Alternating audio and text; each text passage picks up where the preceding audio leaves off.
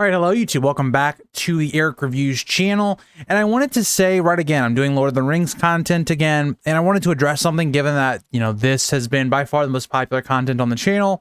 Thank you for the new viewers that have liked some of the Lord of the Rings content I've put out so far. It has been quite a while since I've done Lord of the Rings. I personally just find it very daunting to do Lord of the Rings content because there's so much out there, and so it's hard to really do it justice more than maybe other people have already done in the past. And so I want to pick, more creative topics, where it's like stuff that's not been talked about to death, given like my first couple videos, not stuff that's pretty much talked about that much. And also I wanted to say, just address some of the things that have, been on the channel quite a lot. Yes, I did pronounce Aragon at the beginning, and I've changed that again. Video is 9 months old. So I just wanted to address that because I get comments on that every single day. So yeah, I have fixed that. I don't think it's that horrible of a mistake, given that Peter Jackson, majority of the films, pronounce it that way, which is why I picked it up on that way. I watched it when I was like 5 or 6, and it's stuck with me for the rest of my life until people actually corrected me. So yeah, I'm glad you guys corrected me, but I don't think it's as big of a deal as people are making it out to be. But I wanted to address that. But today's video is going to be talking about Shelob. And the big part I want to ask is she still alive? Like, after the events of The Lord of the Rings and even into the Fourth Age, what is the status of Shelob? And so that's going to be the discussion of today. But before we get into the evidence, what do you guys think? Like, right off the bat, do you think she's alive and doing well? Do you think maybe she died off? What do you guys think? There's really only a little bit of evidence that we can even support or deny whether she's alive or dead. And that's built off of Sam. We have a couple lines that we can look at. The first line is when Sam has the ring, and the quote goes, "As before, Sam found that his hearing was sharpened, but that to his sight the things of this world seemed thin and vague. The rocky walls of the path were pale as he had seen through a mist, but still, at a distance, he heard the bubbling of Shelob and her misery, and harsh and clear, and very close it seemed, he heard cries and the clash of metal."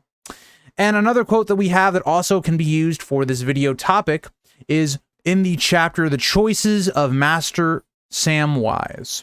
Shelob was gone, and whether she lay long in her lair, nursing her malice and her misery, and in slow years of darkness healed herself from within, rebuilding her clustered eyes, until with hunger like death, she spun once more her dreadful snares in the glens of the mountains of shadow. This tale does not tell. Again, so I want to compare this to a writer that I really enjoy. It's what my main channel is all about, is the writer George R. R. Martin. He does a lot of this where he leaves things open to interpretation for us to figure out what we believe given the information that he has laid. So the first thing I kind of want to look at here is I think it's been made kind of clear that Shelob probably did at least live for some period of time. Given what Tolkien leaves, he describes it very vividly of a scenario in which Shelob is alive. I believe Shelob probably lived on a bit longer than Lord of the Rings. So given that, right, given that there is a good chance that Shelob was able to heal and recover, that's my interpretation. Okay, how long could Shelob have lived afterwards? And the big part of this is going to be food. How could she sustain herself and continue to grow and or live? And that's the part of this I struggle on, because there's not a lot of information given on people traveling into Mordor, if anyone was even living in Mordor during this time. The best I could find, so again, I'm not by no means the biggest Tolkien expert in the world, but what I found on the Tolkien Gateway was, again, after Sauron's defeat, Mordor became mostly empty again as the orcs inside it fled or were killed. Crippled by thousands of years of abuse and neglect, but capable of sustaining life, the land of Mordor was given to the defeated foes of Gondor as a consolation, as well as to the freed slaves of Nirn who were formerly forced to farm there to feed the armies of Mordor.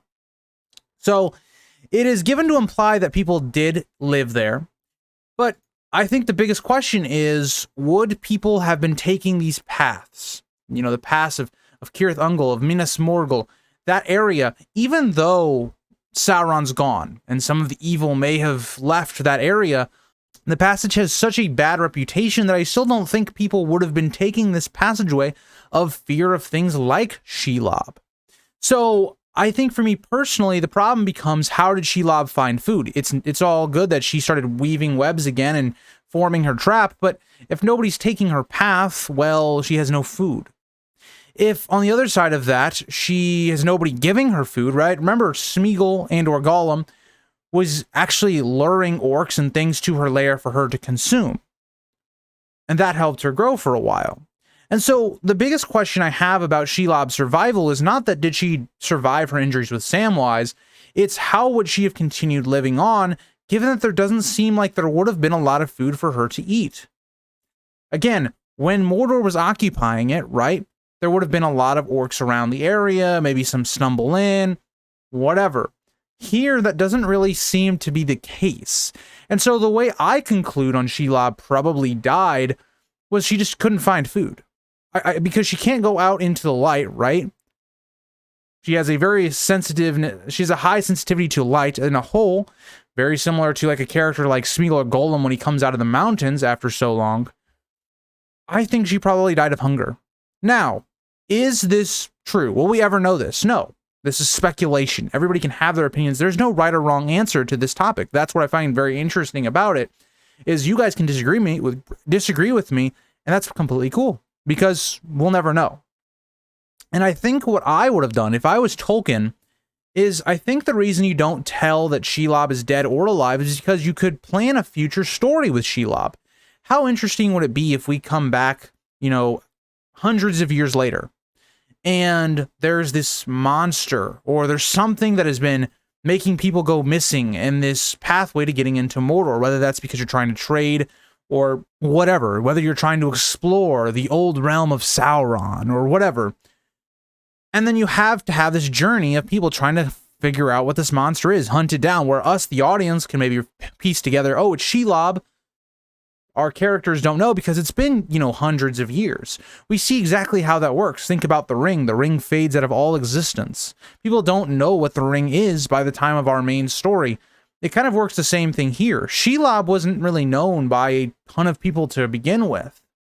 So that would be a really cool story. And that's why someone like Tolkien might have left that open-ended, because what if you just wanted to do a short story, right? A nice little short story.